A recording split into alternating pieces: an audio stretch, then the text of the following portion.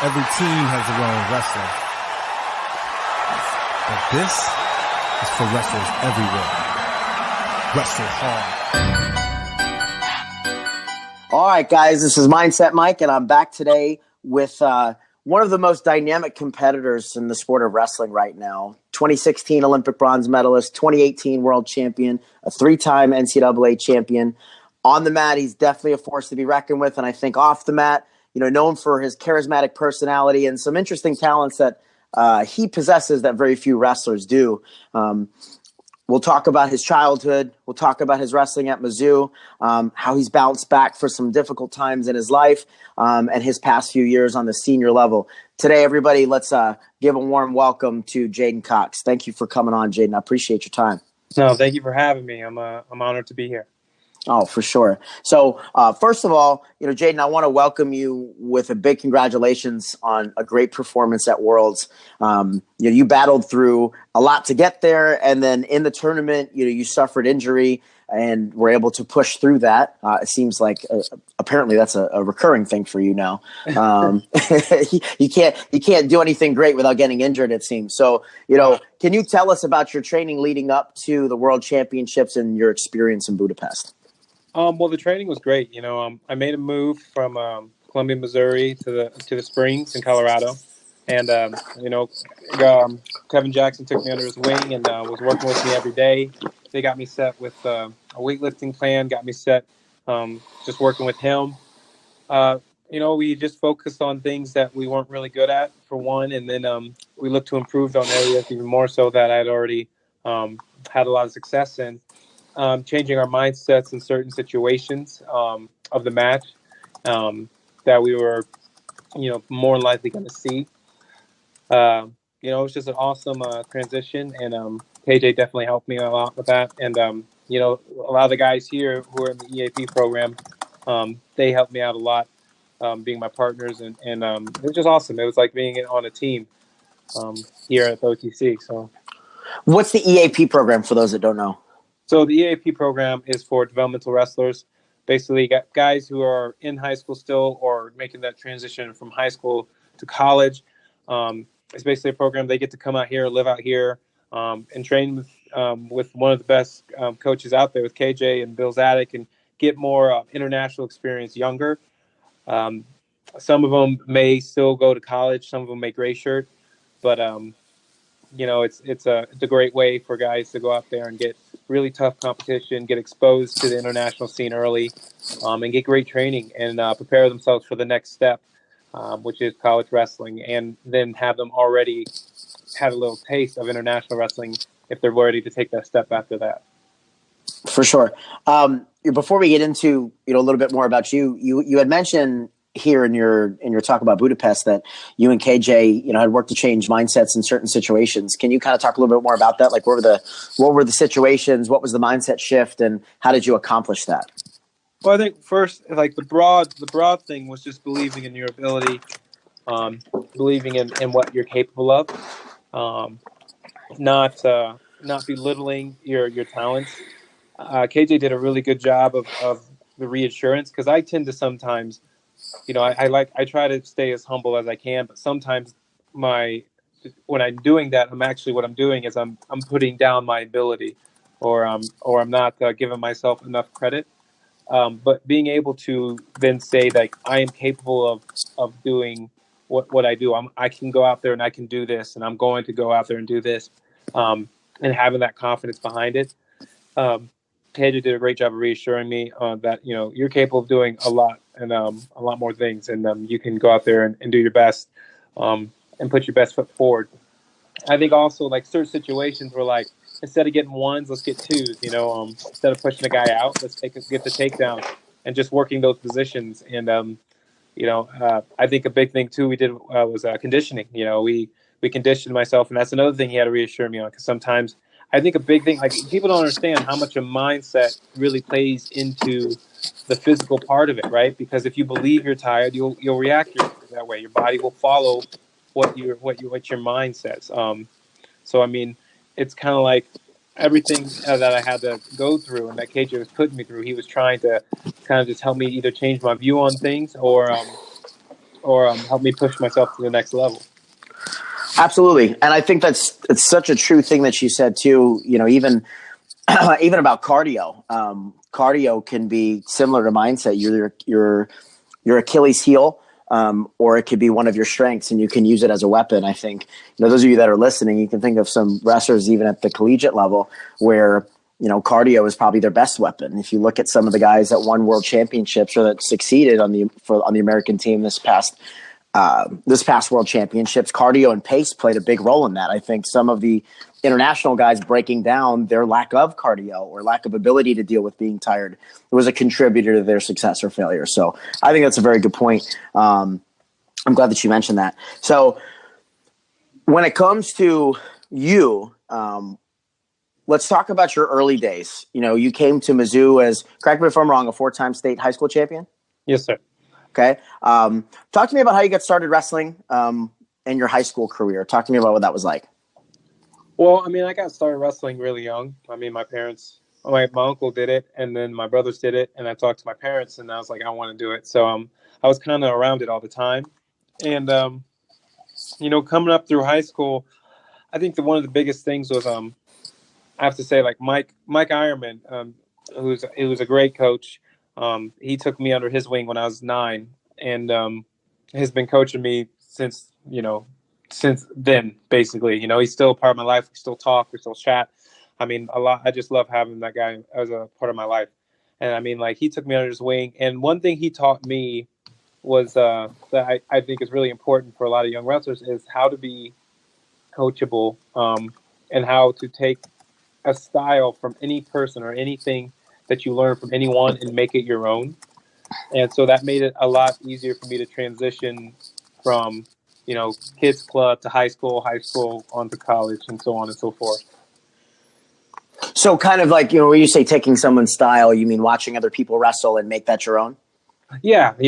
I think that people have very different ways of doing things. And even though we do things similarly, I think that we don't do it exactly the same. How someone else does something may not be the same that you do something. And you may tweak it. You got to find a way to make it your own style, whether it be the way you set it up, whether it be the way you perform it.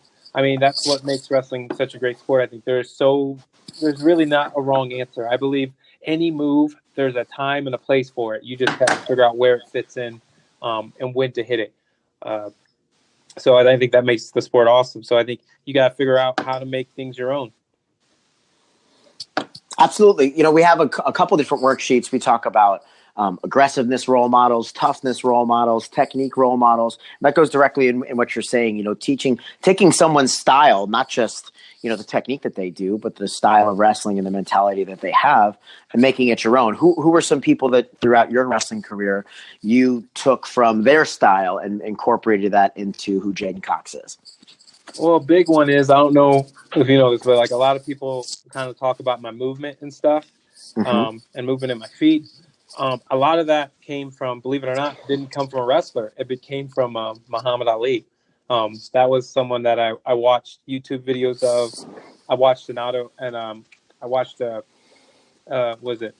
autobiography about it. So I was watching a lot of videos about him. So he really inspired me as far as you can be a big guy, still be quick and agile. And then I remember in high school, I would walk on my toes a lot.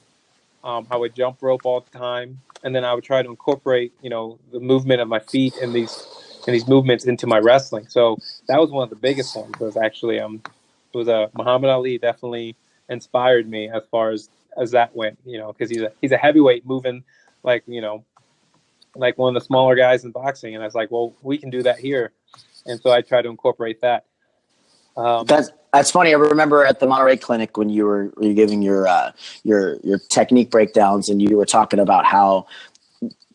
Finish my sentence here because I don't remember exactly what you said. You were talking about because you spent so much time walking and wrestling on your toes. You said you can essentially cut down the amount of time that it takes you to take a shot, or the explosiveness is greater, something along those lines. That something that you did in order to condition your body to always be on your toes allows you essentially to be the way that you are offensively. Can you talk a little bit more about that? Yeah. So I did all that movement. So it takes away when I shoot, it takes away the kind of like the rocking back and forth motion, not going from going from my heels to my toes, just being on my toes and then going right into my shot. Um, on top of that, I believe that I'm also at the same time, while I'm ready to be offensive, I'm also then prepared and ready to be defensive as well. So I can shoot my legs back. It's very hard to sprawl when you're on your heels. So I'm ready for both. And, it's just something that allows me to be prepared for every situation in wrestling. And I move quicker. I'm always loaded and ready to go. I'm always having power within my legs and ready to explode when I need to, whether it be for an offensive motion, defensive motion, to move quick, to do whatever it is I have to do. So it always prepares me to be in the position I need to be in, to be explosive, powerful, and just ready to go. Footwork is definitely very overlooked, and that's something that I, as a club coach, I try to focus on a lot this last year.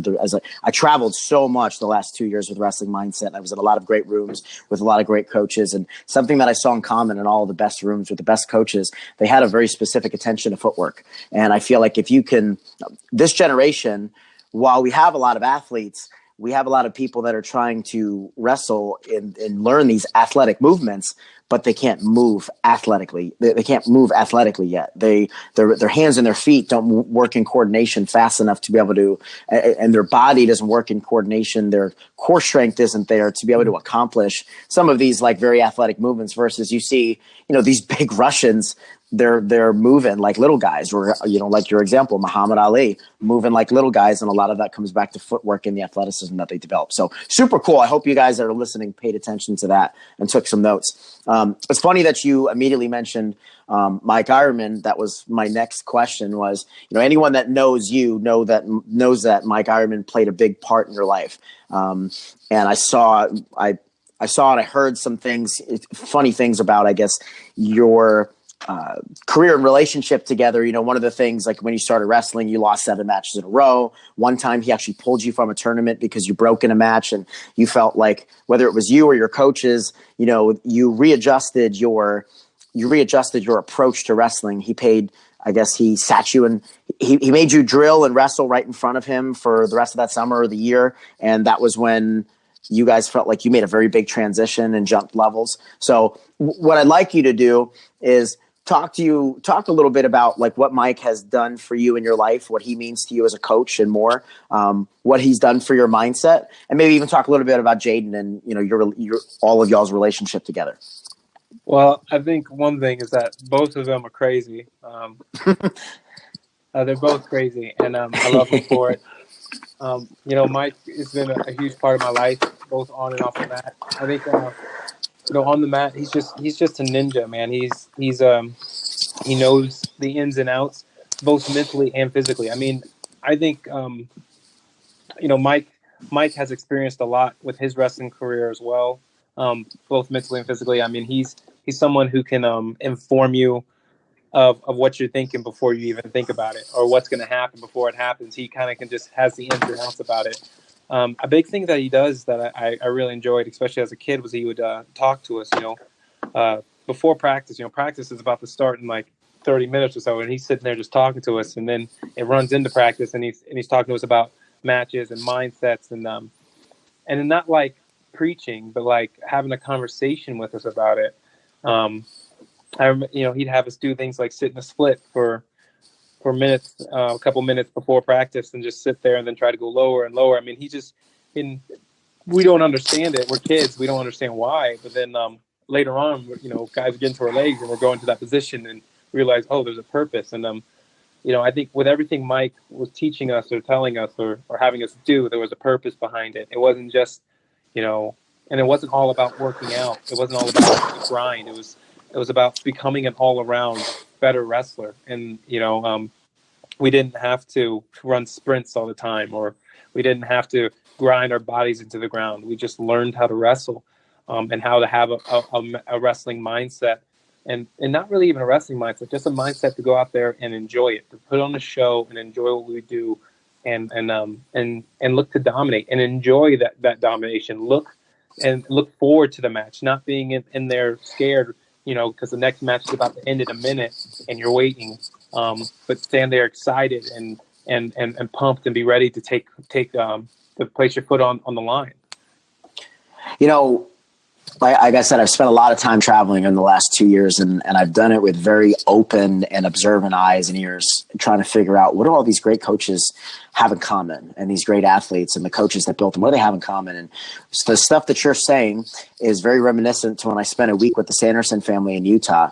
Kyler became a good friend of mine this past year, and him and Brad Pataki, I learned a lot from them, a lot more than just wrestling, but about how they are as human beings and coaches. And something that I learned that Kale's dad did for everybody is, like you were saying, they were, you should be excited to wrestle. You should enjoy that. It shouldn't be a nerve-wracking thing. You should go out there and perform. Well, they were saying, Kale's dad, they never called it a tournament. It was a performance. Practice was always a rehearsal. And when they're going out there, like, hey guys, we're time. It's the exciting time of the week where we get to perform for our parents and showcase everything that we've been working about. It was always about performance and excitement rather than nerves and pressure. And I think that's this generation of coaches, we can learn that from, these other great figures, but these were guys that, for lack of better explanation, came up with it themselves. This is what their focus was on. And look at the athletes that have come out of their programs. Obviously guys like you and J'den, and then so many other athletes that he's built, and then the Sanderson family, the boys, and then the team in Heber that was ranked top 10 twice. All of those great clubs. So anyways, I hope that you guys that are listening, you've probably heard the podcast that I did with Kyler, and you've heard the things that I've talked about with regards to how these great families and great clubs handle themselves. So if you're not already applying this thought process, I hope this is another incentive for you to do so. So now talk about Mizzou. We talked about your career coming up. Now, what about at Mizzou? Those 3 national titles. We'll save the year that you didn't win for after, but 3 national titles, great performances. What did it take for you to mentally compete at such a high level for so long? And how do you feel like your experience at Mizzou prepared you now for the senior level? Well, I've always had one thing I've been blessed with is coaches who've always pushed me to reach my peak or my potential, my full potential, or as close to it as possible. Coming through, high school, I had that with J'den Cox and Ben Smith. Guys just wanted to push me so far. Like they were bringing in guys who are already done with college or just out of college to wrestle with me. And then getting into Mizzou, you're in a room full of great talent. You have no choice but to grow and thrive. You don't have a choice really. It's going to happen as long as you stick with it and you're committed to doing the right things and being a part of that program. So I think actually my freshman year I had Sammy Henson, and we talked about taking things from coaches and different wrestlers. Well, I think Henson installed a sort of toughness that within me that maybe I didn't have before. I think that was something that I took away from him because, like I said, when we talk about Mike's training, like I said, we weren't running sprints, we weren't grinding, we were just learning how to become wrestlers. And I had that part when I was going into college, and I've been growing with Mike for so long. So then when I got transitioned over and Henson's is my coach as far as in the room, he then installed the grind. You're running sprints and you're lifting weights for sets of 90.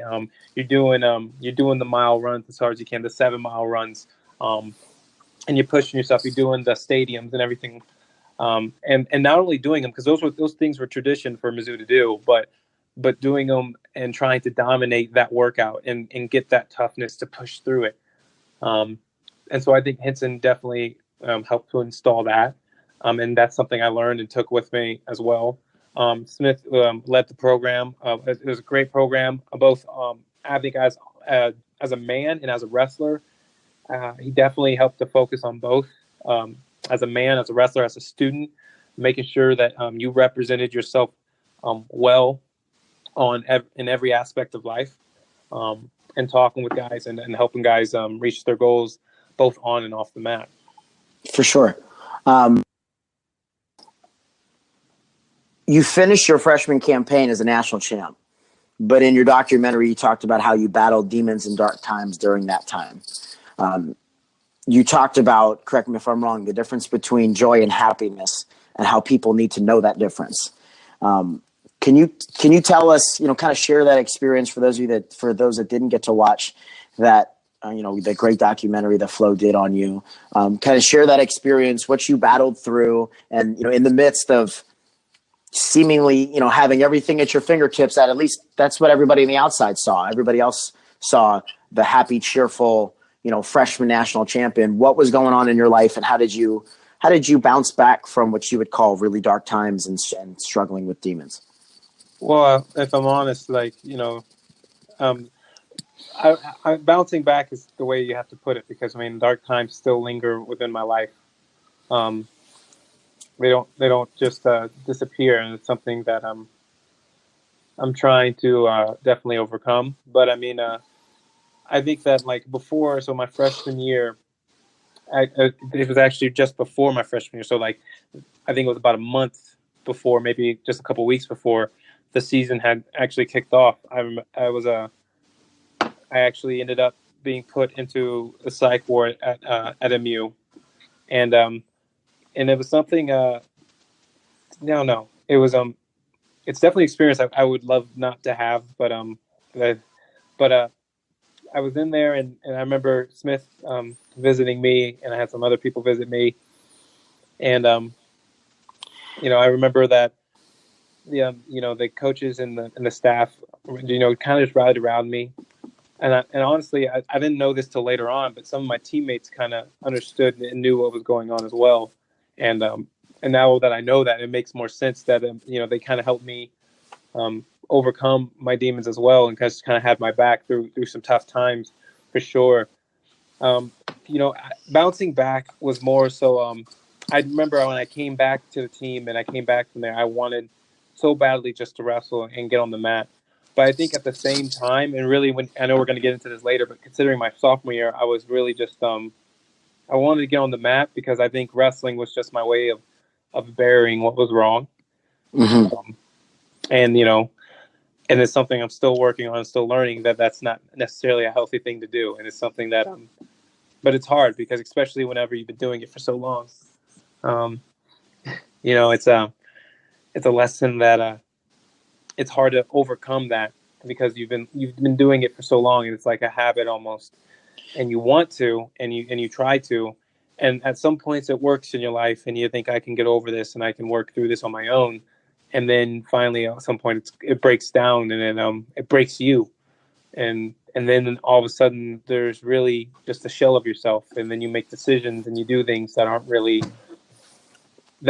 you, or what you really want, or have your best intentions, but yet they feel like they're the right thing for you to do. And So I think a lot of. I'm sorry to interrupt. I wanted to make a point that I think a lot of wrestlers, we're a prideful group. We are.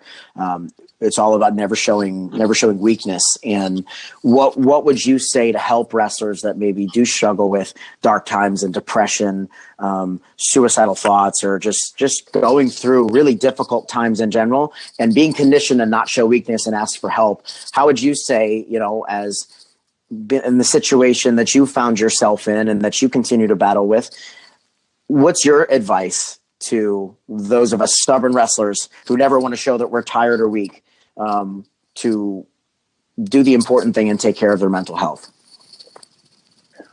Well, see, that's even hard for me to answer, because that's still something I try to figure out every day. I just learned the other night that I think the other night from someone that vulnerability sometimes is stronger than trying to keep everything in, and trying to quote unquote be strong when really you're just hurting yourself. So I think it's really, it comes down to who do you trust, and trusting someone that you can open up to and be honest with, and being vulnerable in that moment. And I think it's even more important for someone that, if someone does initiate that, to approach that with open arms, and listen. And I think that's a big thing. I know for me at the time when I moved in with Mike actually after that incident, and I think that was a big thing. He just listened to me speak and just talked about things. And I also I got in to see a therapist as well, and did the same thing there, and that's where I really got to dig into my into what was going on and help with some situations. And like I said, I'm still dealing with a lot of things. So I mean, I don't have all the answers, but I do think that's one. So just being able to be, having someone at the very least to open up to, and it's better to be vulnerable than to hold stuff in. I think, as in myself, advice that I've given or ways that I've described to people, I feel like this is related but unrelated. I relate. Like, when you want to talk about love in a relationship, whatever it may be, love is being completely vulnerable to another person, but trusting them to not hurt you. And I think there's strength in that. And there's something to be said when it comes to a situation like this, where, there is more power in vulnerability than there is in stubbornness and keeping things in. So I appreciate you opening up about that. I know wrestlers are a group of people that have a lot of things that they struggle with. Everybody does, but I would say wrestlers is a unique group, and we're probably among the more stubborn athletes that don't want to show the weakness, and it's important to do that before it could be too late. So like I said, I do appreciate you opening up about that. Thank you. Oh, no problem. Now the next year you took fifth after you lost to Snyder in the semis, and you said, and I quote, you did everything wrong that year, and that was your proof that you did everything wrong. What did you mean by that, and what changed? Because obviously you came back and won 2 national titles, made an Olympic team, placed in the Olympics, placed in the World Championships. Clearly you made some changes. What was wrong, and what changed? Well, like I said before, I think that I was using wrestling in the wrong way. I think, and this is like, and maybe I wasn't thinking about it at the time or nothing, but like looking back on it, like I said, I was trying to bury a lot of things, and I was just not doing things right with my life. I was living my life wrong off the mat, and I'm a big advocate for like how you live your life off the mat is going to affect you on it. That's something I've learned since I was young, and so I mean, and I think that year was a great attest to that. I think those 2 years for my sophomore and junior year are big points where that's proof of that. But I just lived my life completely wrong. I did things bad, as a person, as a man, as a student. Just nothing was done. And even if things weren't done wrong, they weren't done to my full potential or to my full efforts. For sure. So I mean, I just and I did things like I took shortcuts and I took shortcuts. So I did things wrong, and then I lived my life wrong, and so then that caused me to take shortcuts in my training. And since I took shortcuts in my training, I would look to take shortcuts in matches, and then I took shortcuts in matches, and then I started and I went undefeated, and everybody thought everything was great because I was going undefeated through the regular season. But I think even myself, even though I didn't want to believe it, or I didn't believe it, I still, like, a part of me knew that it was only a matter of time before it caught up to me. And, then I ended up wrestling Kyle Snyder in the semis. Still, I didn't wrestle my best in that match. It still was a good match. It was a close match. And then, but still you lose. And then I remember being on my knees actually in NCAAs. And I didn't want to believe it so much that, I remember I went back in the back and I had to wrestle McIntosh next.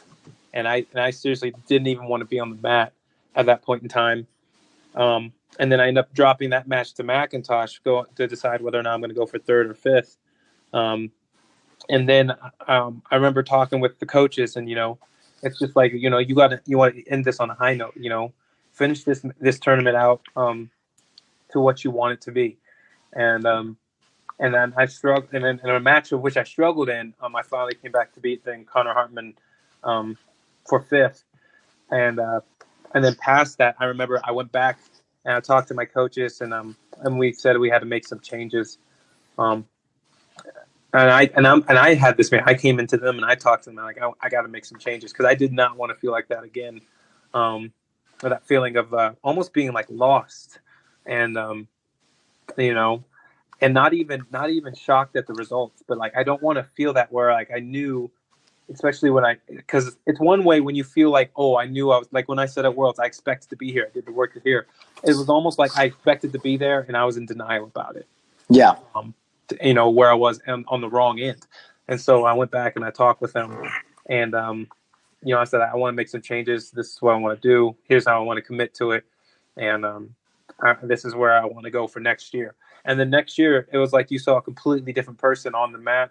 And I think even off the mat as well, I think people saw a different person. You saw someone who was very confident, who was walking out there and knew that I could do whatever I wanted to do. I could go as far as I needed to go and do everything I needed to do. And off the mat, I was putting my full efforts towards everything as a person, as a student, whatever it is I needed to do. I was doing what I had to do to become the best at whatever it is I was doing and put my best foot forward. And there were days I struggled. Don't think every day was easy. I mean, it was a reminder every day. I had to remind myself that, what I was aiming for and what the goal was and what I wanted. I remember I was speaking into truth everything that I wanted. So I remember I would say to myself, this is what I want. This is what I'm going to do. This is where I'm going to be. And that's some law of attraction stuff right there. Basically, I was just like trying to put everything out there and that's saying it and believe in it and put my full effort in it. So we say a lot of the time, people say fake it till you make it. Really, it's fake it till you feel it. So whether it's based on, like what you were saying, speak it into existence, for those of you, if you want to act confident, you need to look confident, because how you look is going to influence the way that you feel. So like you said, coming out there, looking and acting differently, being able to speak those things into existence, everything plays a role. So I hope, again, those of you that are listening are thinking about how this relates to your own life and, how you're not alone and how you feel in these sort of situations. And even guys at the highest level, even guys that you would never think struggle with these sort of things, everybody struggles. One of the last questions I'm going to ask J'den has to do with, exactly that. People think that once you get to these national championship, world championship levels, that nerves and confidence and being able to relax under pressure just dissipates. It's not. The hero and the coward feel the exact same thing. The difference is how you actually deal with it. So those are all great points. J'den, in 2016, you qualified for the Olympics by beating David Taylor in the finals amidst injury. I heard somewhere that you originally didn't even want to compete in the Olympic trials, but somebody convinced you and you agreed to do it under some certain conditions. Can you tell me about that and take us through what it took for you to finish those matches? And ultimately, like, what helped you focus on being able to finish strong in those matches? Obviously, you were in a lot of pain. That was in 2017 that I faced David. Oh, 17. Sorry. Yeah. So in 2017, no, I totally wanted to go to the World Team Trials in 2017. 2016, I definitely didn't want to go. I didn't want to go to Olympic trials. That's what it was. Yeah. So, the Olympic trials. So at the time, I let's just say, like, my body just needed rest. I had some. I don't want to say necessarily they were injuries at the time, but I was just not in the greatest place physically. Mentally, I was fine. Like that was the same year. Like I said, I was rebuilding myself, and I had rebuilt myself. I just accomplished my my goal, becoming a national champion once again. And so I didn't want to go at first. And I remember talking with Smith, and he's trying to convince me. I'm like, you know what, man, I just don't really want to. And he's like, no, you got to. You can do this. You can make 86. Like you got this. We'll train you. Take a couple weeks off, and then come back, and we'll train for it. And you can do this. And so I was like, all right, fine. So then that was when I believe the Olympic trials were on April 9th that year. I'm not completely sure on that, but I remember, and I always get this crud because people were saying like, oh, because I said this in my interviews. I said that I only trained for 2 weeks for it, and I didn't really even want to be here. That's the flat out truth. I mean, you can believe it, you cannot. I'm not trying to impress you. That's just what happened. I didn't want to be there, and I trained for 2 weeks for it. And, I went out there and I just gave it my best. I still had the mindset that I had going through the whole year of like, this is what I want to do. And this is what I want to be. And at that point, it changed from being the national champion to I want to be the best wrestler that I can be and push myself. And and I was put on a stage. It was more so like I just want to test myself against some of these great wrestlers. That bracket was amazing that year. You had Kyle Dake, you had me, you had David Taylor, you had Ed Ruth, you had Jake Herbert, you had Keith Gavin, you had Clayton Foster, you had Jeez. Deron Wynn was there. I mean, Yeah. you had a lot of national titles, All Americans. I mean, at that point, it was just like, throw myself in the fire and let's see what's going to happen. And a lot of people thought I was going to get torched, and they had every reason / right to believe that. But but I showed up just like everybody else. I stepped on the scale like everybody else, and I was ready to go just like everybody else. And I put my best foot forward, and I wrestled my butt off and happened to win, and that was that. What do you feel like was your mental edge that weekend? What separated you? You were, like you said, in a stacked weight class, and you had only prepared for 2 weeks because that's just the way that you wanted to go about it. And what allowed you to be successful, especially mindset wise? Like, what allowed you to be successful that weekend? You wanted to be the best wrestler that you can be, but in the midst of all that competition and the things prior to, what separated you? Well, I think that for me, it was I think a big thing was that I remember I used to, I'm not sure if I used to, I still do it, but every before every match, I say a prayer, and it's a very short prayer, and it's the only thing it is me asking God to allow me to wrestle to the best of my ability, that you've blessed me with, and I think for me, like when I say that, it's almost kind of like I'm taking up an oath / a badge, like I'm going to do whatever it is I need to do to be to get where I want to go, or get where I'm trying to be. And so, I mean, like that's kind of like my mindset going into these matches. Like I'm going to fight, scratch, rip through, do whatever it is I have to do to get where I'm going. And it's not like it's not as violent as I'm saying, making it sound. But it's more of like at peace kind of ordeal, because I really enjoy what I'm doing and I have fun with it. And then when you're having fun with something, it's not work. It's not something that burdens you. And it's something that you're willing to go all out for. It's kind of like, I don't know, have you ever played like a pickup basketball with your friends? And this game means nothing to the world. It means nothing. You guys are going to play this game. It means absolutely nothing. Yet you give your full on effort towards it because Absolutely. you're having fun. It's kind of like that. And I think that was the thing. I was just enjoying it. I was enjoying the challenge, the having to embrace, the walls that I had to punch through, the tough matches I had to do, the people that I was going against.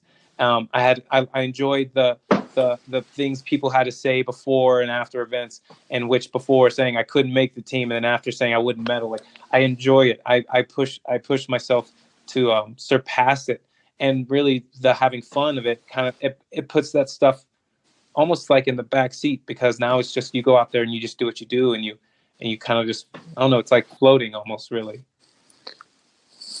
I think that was a really good description. I think one of the things that I grabbed from that is talking about, when you're able to focus on the fun and the process, that, you kind of, it doesn't feel like work. I talked a lot about that in my gratitude podcast with Kyler. And, when you talk about when you're grateful for things, it's easier to have fun. There's less pressure. I make the remark all the time, guys, think of how everyone describes Penn State. What do these guys do? They're always having fun. They're so relaxed. Wrestling is like the 4th or 5th thing on their priority list. It's, God, family, friends, and then wrestling. Wrestling's something that they enjoy. And what people don't get, and the way that I feel like I'm able to relate it a little bit easier, is I was like, think about fishing. Let's say this group of kids really enjoys fishing. You can fish all day. You can ice fish all day, free. Catch nothing, but give it all that you've got and have no complaints if you come home empty-handed.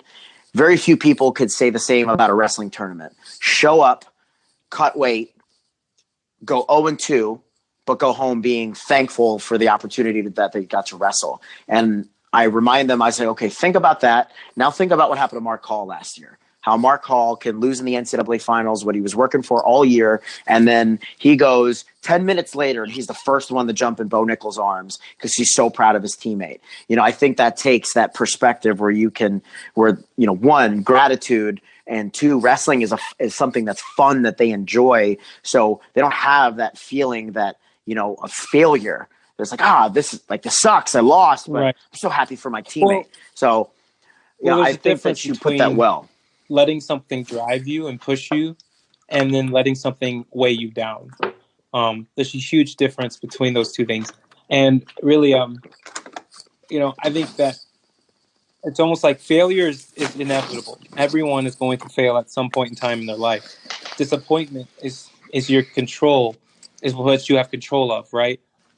Disappointment is lingering in that failure, and that's what's unhealthy. That's what can destroy your mindset. That's what can destroy people's. I think some people it's destroyed their careers. So failure is inevitable. You're going to fail at some point in time. You're not perfect, even though some people may want to believe that, but it's just not the case. So it's going to happen, but disappointment is lingering in that failure, and that's something that just cannot exist. I think you guys that are listening, go listen to Jordan Burroughs when he lost in the Olympics. Go listen to Kyle Snyder this last time when he lost in the World Championships. Kyle, what does this loss mean to you? And he was like, nothing. It's just wrestling. Wrestling doesn't define me. I'm going to make some adjustments. It sucks to lose, but there was no regret. There was no, like you said, that lingering feeling was not there. It's like, I lost a wrestling match. Like, it's as if he lost his, he lost a possession of his. Like, no worries. I'll get another one. Like, right, there'll be many more. I mean, obviously, and I hope people don't take this wrong. Like, it meant something to him, but it wasn't going to break him. It didn't change who he was. Right. Who he was. Exactly. Right. Wrestling His doesn't parents are define still going to love him. We're still going to love him. Everything's. He's still one of the greatest wrestlers of all time. Like, it's not something that's going to define him. Like you said, it's not going to change anything about who he is as a person, how he carries himself. I find that comes very natural to wrestlers that are deep in their faith. You hear Jordan, Kyle, Helen, guys like you hear those things. Even Jack Mueller, after he lost in the NCAAs last year, I ran into him at B-Dubs, and I was talking to him. I was like, hey man, I hope you don't take, your what happened this weekend too hard. He's like, nah, not at all. He's like, I was upset, of course, but it's wrestling doesn't define me. And I think what Jordan said when he lost the Olympics was so true. And I hope people listen to it, or if they haven't listened to it again, he's like, I'm going to go home. He's like, I got a God that loves me. I have a wife that loves me. I have kids that love me. He's like, I'm upset that I lost, and I feel, of course I wanted to win, but I have so many things to be grateful for. And, this isn't going to hold me back. And I hope, if more people were able to take that approach, we would have, I feel like, not just a lot more success in our life, but people would be happier. And again, people ask, well, what if I'm not, what if faith isn't my thing? Well, you don't have to be. This is going to come, and I'm going to give Kyler, I'm going to give you credit. It's not about just faith. Your focus has to be on something, like your primary priority has to be on something that's an absolute truth. It's right. Unchanging. And faith is probably the strongest example. But, if you're centered around wrestling, well, wrestling has highs and lows and is often outcome driven, versus God and family and friendship and love. Those things are absolute truths. I mean, wrestling is a sport, I believe, that's built for a Christian outlook. I really do believe that. And here's why. It's because you put so much time and effort and so much grind and there's so much you go through as a wrestler. And then you go out and you perform and you may win the world title or national title, state title, whatever it is. You go out there and win this for very little recognition of it. So you do all this for little recognition, but in that, you're not, the glory isn't for you, it's for the one you serve. So it's kind of like the sport is almost set up to then glorify God. And so, I mean, I truly believe like it is set up for you to succeed in the manner of remembering, who blessed you with these opportunities, these talents, your mindset, your love for what you do, with what you have around you. So I think that's an awesome thing about the sport. And I think when you talk about faith, it's funny because for me, the two biggest things for me, especially, are fun and faith. Fun because it frees you. It makes you free in whatever you're doing. There's no change, no chains, no weight, no nothing. You're just completely out there. Also, like I said, it's like you're floating and you're just enjoying it. Faith because when things do get hard and get grindy, as Kevin Jackson likes to say, things get sticky. When things get hard and you have to push yourself to a level that you may not have yet touched and or reached, faith is the thing that relieves you and frees you of the fear to do that. Faith is the bridge. And so it almost lights the path. It almost helps you walk the path where there is no light because you've never been there before. All right. Oh, that sounds good. I like the sound of that. Yeah. I like the sound of that a lot. Guys, I want you all to think about this right now. When he's talking about, the importance of how faith relates to wrestling, and how wrestling is a sport that's built, for a Christian athlete and glorifying God. What's your purpose? Like, why do you wrestle? Is it, is your purpose outcome driven, or is it based on an absolute truth? Is it something do you wrestle to glorify God, to make the best version of yourself? Or, do you wrestle for things that, are not absolute truths, that are conditional? And if you can figure out what's your purpose, what's your why, that's where, whether it be your Christian faith or whether it be your faith in general, whether it be just something that is not conditional, that's where in difficult times you can remember that purpose, and that'll be that light that guides you. So that was a really eloquent way to say that. I like that.